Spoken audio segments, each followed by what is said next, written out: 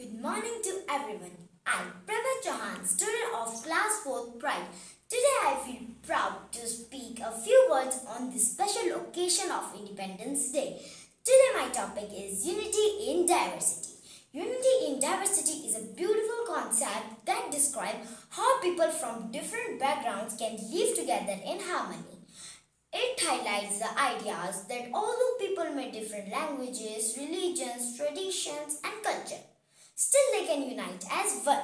A country like India is a great example of unity in diversity. People there speak many languages, follow different religions, and celebrate a variety of festivals. Yet, they live in harmony. The phrase unity in diversity is also referred to as Anekta Mein Ekta. This unity makes the country stronger as it allows all people to learn from each other and grow together.